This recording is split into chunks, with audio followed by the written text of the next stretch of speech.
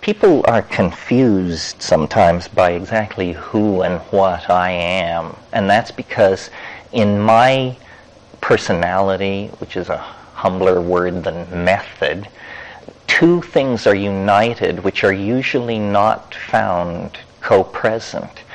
My techniques are all shamanic and involve perturbing the senses and dissolving ordinary states of mind through psychedelics. So my techniques are shamanic, but my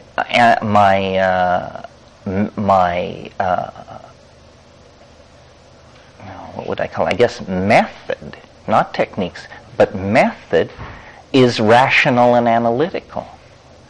So I use shamanic techniques to go into shamanic places and then attempt to study them scientifically using reason. Say, what is this? How does it work? What is it made of? How do its parts relate to each other? And what is its inner dynamic? And this apparently, though it seems fairly obvious to me, is a fairly radical union of techniques.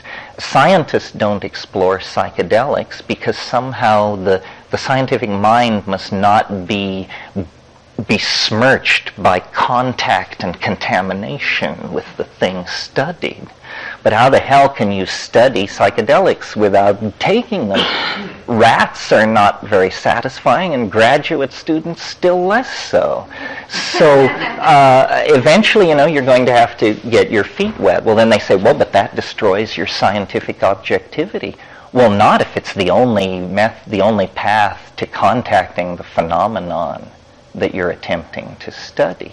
So that has worked for me. I am not part of the New Age in my own mind. To me, the New Age is typified by an incredible credulity and an utter immunity to cognitive dissonance. I mean, you can believe that the world is ruled from the Pleiades, and you can believe that L. Ron Hubbard is God. There seems to be no end to the number of contradictions that the New Age can simultaneously entertain. But what I have done is I probe weirdness, but rationally. Most people who are attracted to weirdness want to convert and believe it and take it in and exalt it. I don't. I don't want to believe anything. I hate ideology, all ideology. That's why I'm so casual about the possible crushing of my own, because ideologies are a lesser resolution of our dilemma than we are capable of. The higher resolution lies in real feeling and real community and affection. Ideology has poisoned the last 1,000 years. All of these ideologies have ultimately done more good and done more bad than good. Marxism, Christianity, even, at the risk of setting off a riot, Freudianism, on and on and on. The correct method, I think, is simply the phenomenological approach.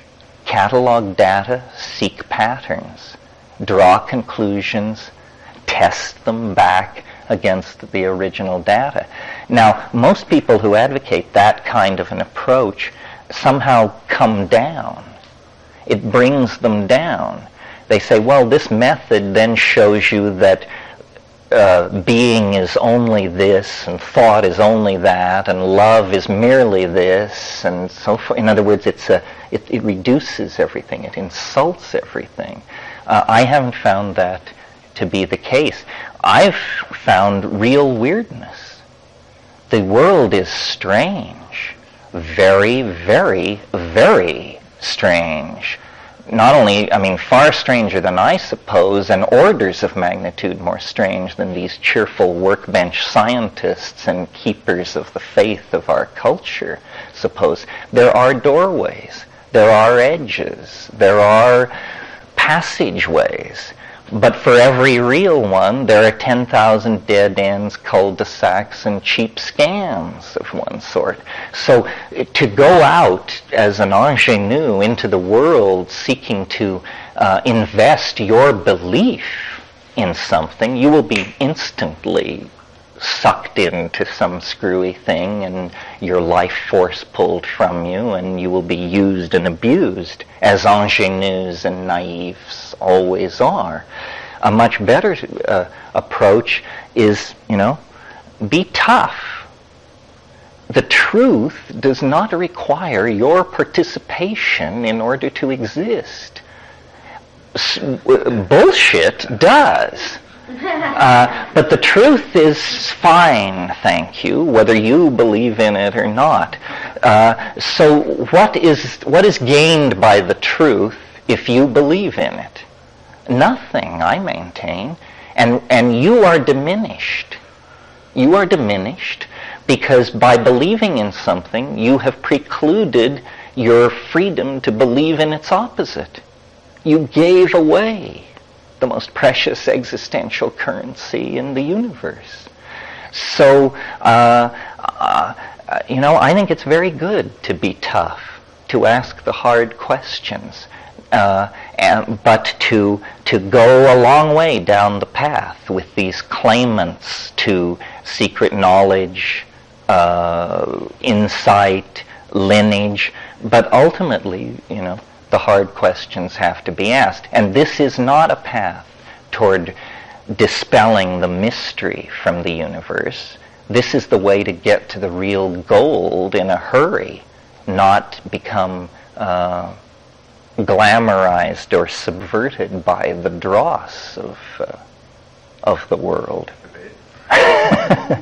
Well, maybe that's enough for this evening. We will go over all of these things at the level of intensity that you are interested in. It's fine to get down to the how much, how, and when questions about the compounds and the plants. That is technique, and that's important. Because it's fine to sit here talking about the psychedelic experience. This bears no resemblance to the psychedelic experience in any form whatsoever. So it's very important that you leave here empowered. Empowered to make your way into these places with confidence. And then the other thing to pay attention to is inevitably the way our ass-backward society works is it creates cults of personality and